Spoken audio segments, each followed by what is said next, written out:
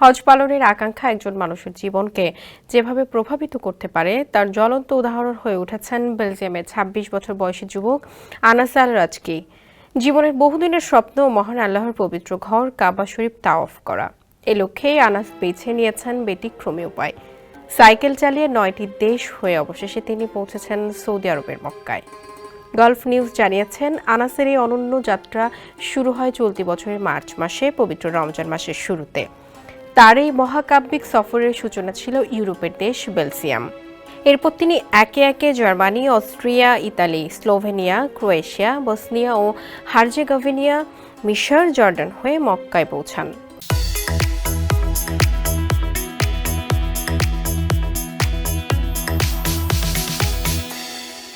প্রায় কয়েক হাজার কিলোমিটার দীর্ঘ এই যাত্রায় আনাসকে পাড়ি দিতে হয় উঁচু নিচু পাহাড়ি পথ, ভিন্ন ভিন্ন দেশের কঠিন সীমানা প্রক্রিয়া, বৈচিত্র্যময় আবহাওয়া এবং নানা প্রতিকূলতা।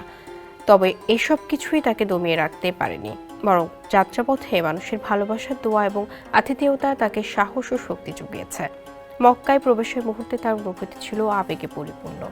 সৌদি আরবের রাষ্ট্রীয় টেলিভিশন চ্যানেল আল আখবারিয়াকে তিনি বলেন, এই অনুভূতি ভাষায় প্রকাশ করা অসম্ভব।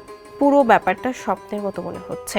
আনাস বলেন, মহান স্রষ্টার অশেষ কৃপায় তিনি এতদূর আসতে পেরেছেন। এই সফর কেবল শারীরিক পরিশ্রমের নয়, এটি ছিল এক গভীর আত্মিক ও আধ্যাত্মিক অভিজ্ঞতা।